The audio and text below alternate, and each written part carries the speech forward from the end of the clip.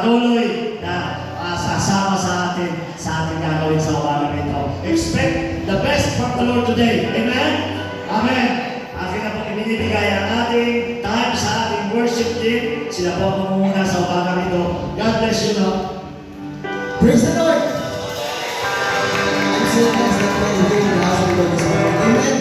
Hallelujah! Are you now ready to worship our Almighty God? In Jesus' name, we are requesting everyone to please stand.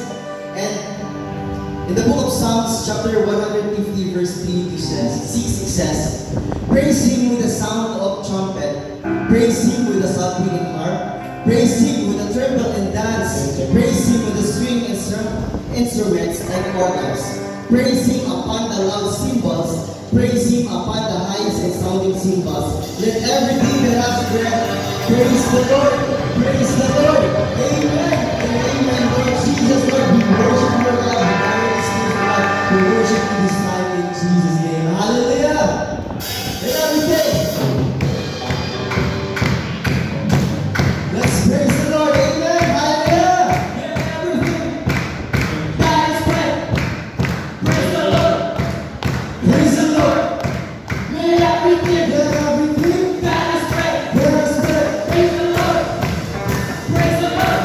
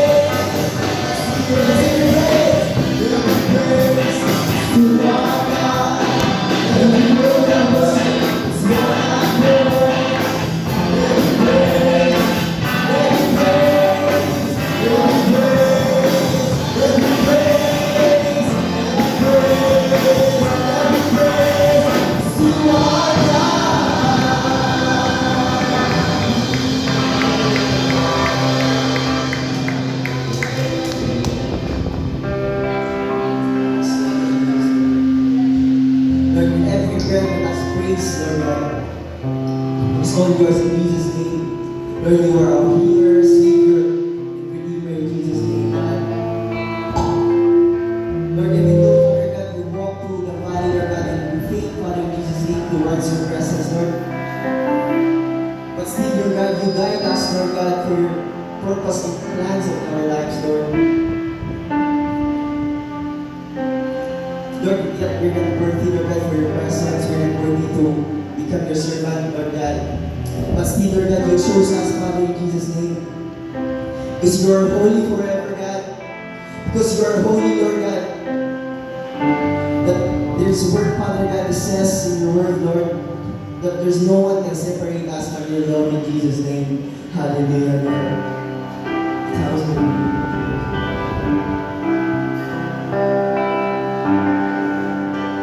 Times of generation falling down in worship, sing song of ages to the Lamb.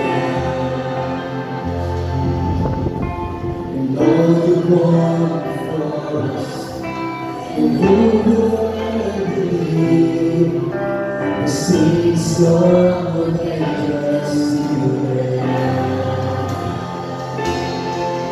Your name is the highest, your name is the greatest, your name stands above the all. All thrones and dominions, all power and position, your name stands above them all. Where the angels rise, your creations cry, you are lifted high,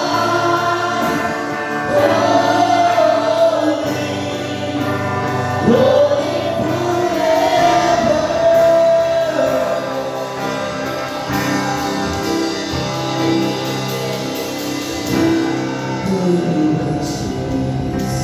God down between us, every love is real to bear.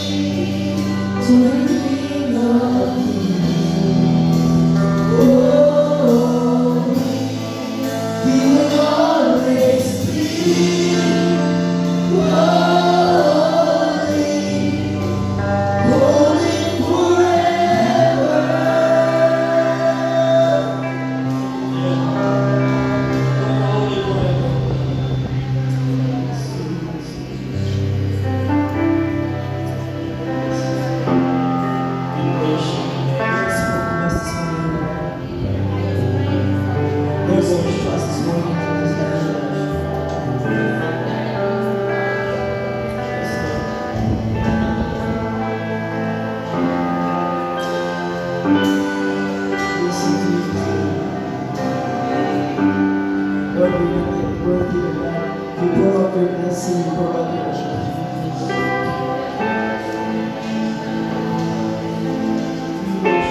Yes, Lord, yes, Lord.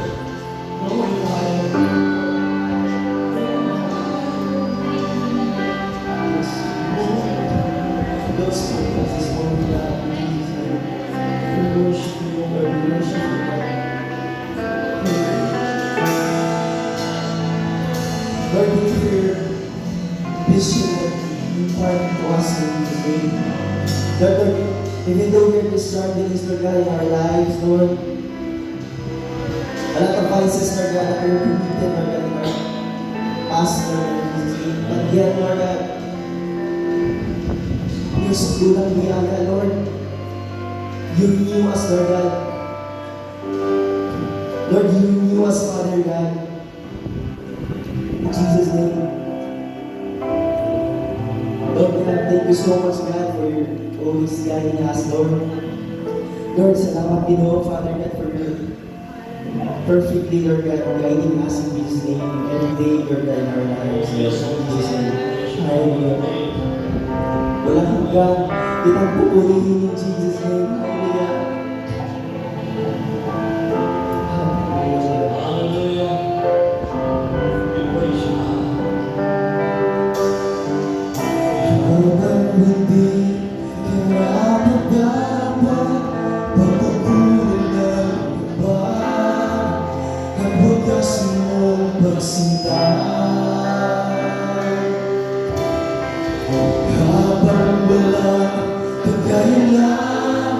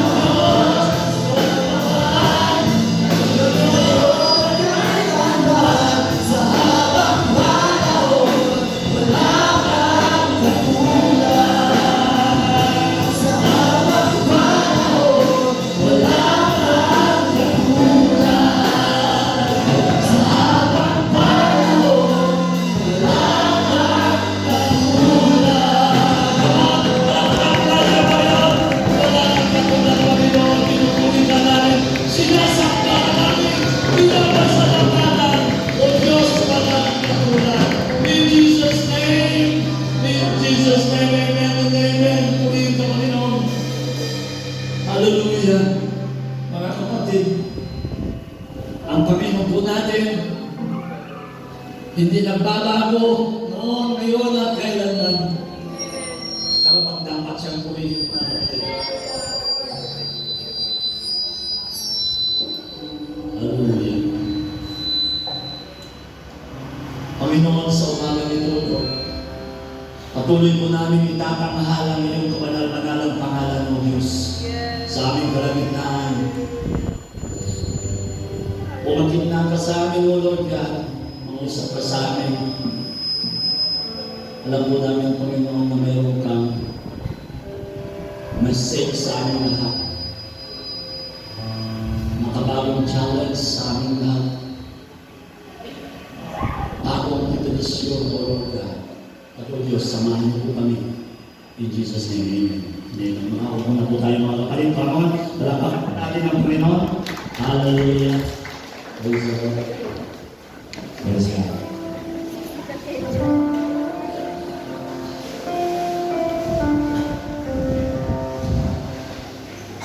Check. Okay.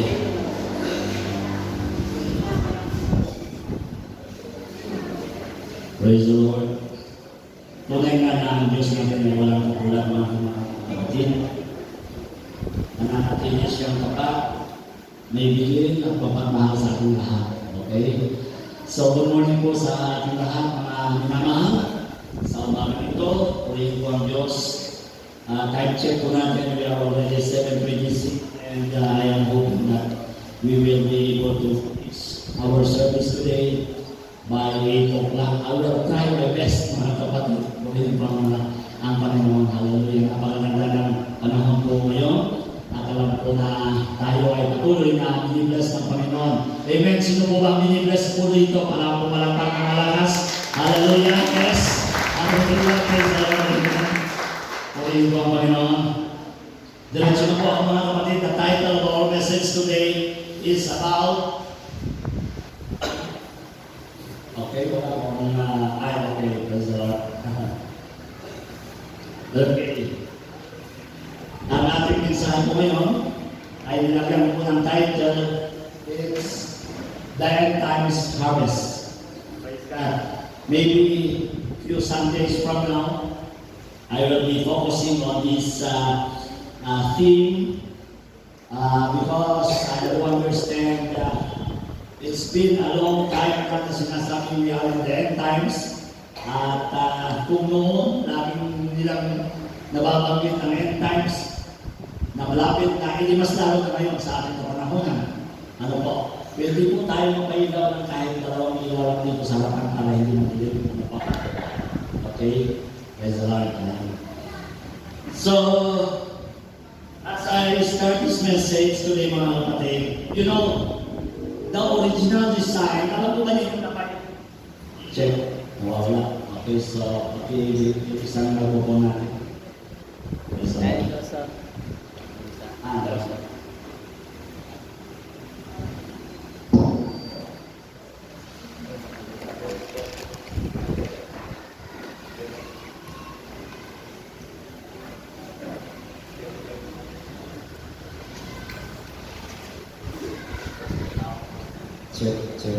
Okay, praise God. Amen.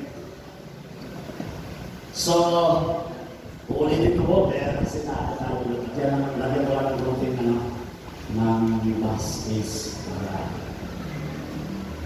Check. Okay. Praise the Lord. Okay, so uulitin ko po. The title of our message is this, The End Times Harvest. So mas lalo na tayong mas malapit ngayon sa end times na sinasabi, yung last days na sinasabi, we are already on the last days of humankind history. Ano po?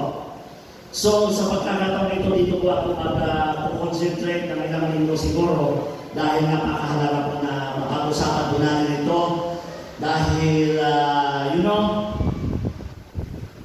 the church has its original design. Maaaring naririnig nyo na po ako tungkol sa original design na yan. Pero may original design na pagkalikha ng Diyos para sa atin, tayo yung church. Okay? ikaw yung church, tayong lahat yung church. And yung original design na yan must be recovered by the church itself. May original na design ng church na maaaring nawala, but we need to recover it, na dapat ay mababawi po natin yan, yung original design na pagkadisenyo ng Diyos sa ating lahat.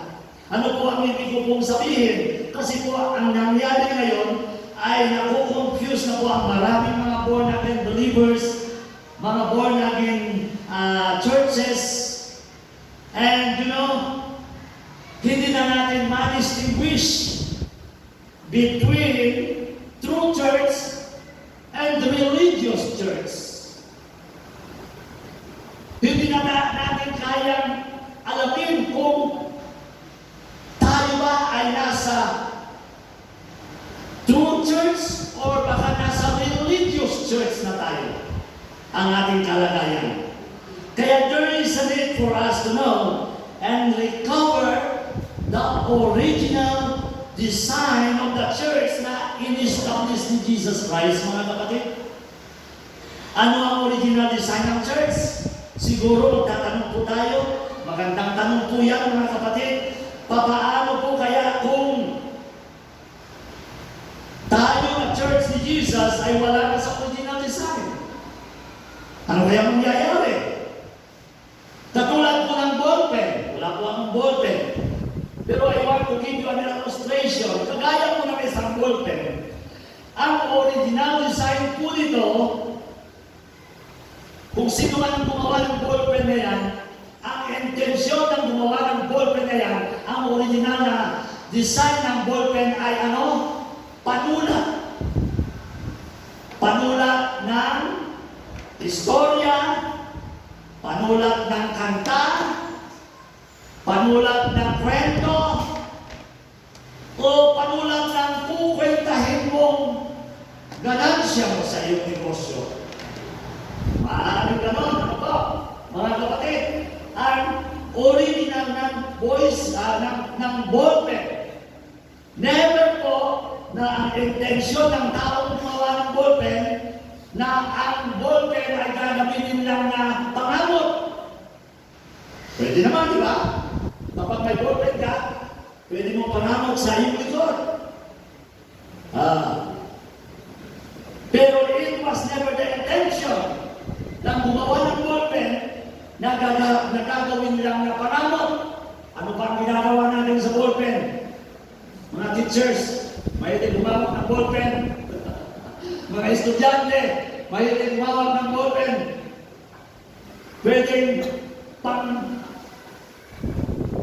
ipampato ko sa estudyante kung hindi nakikinig. Di ba? Pwedeng gano'n. Ang ginagawa ng iba sa atin, maaaring ang ballpen na ito ay pangkuriko. Pwedeng gano'n din ang ginagawa ng iba. Mga kapatid. So, nawawala na. Ang ballpen na yan sa kanyang original design. Di po ba?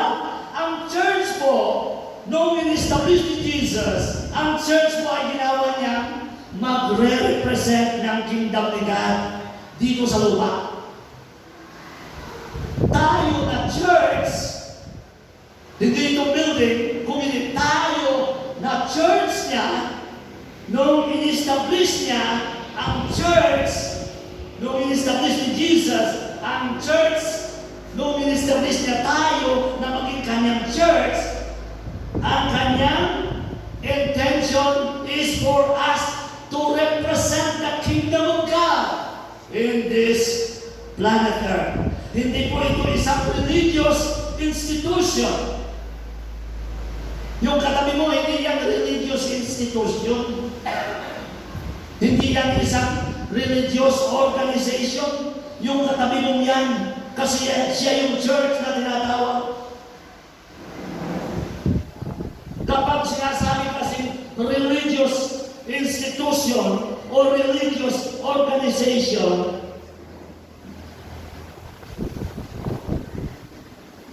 kapag sila ay nagsasabi ng ganyan na tayo ay isang religious organization,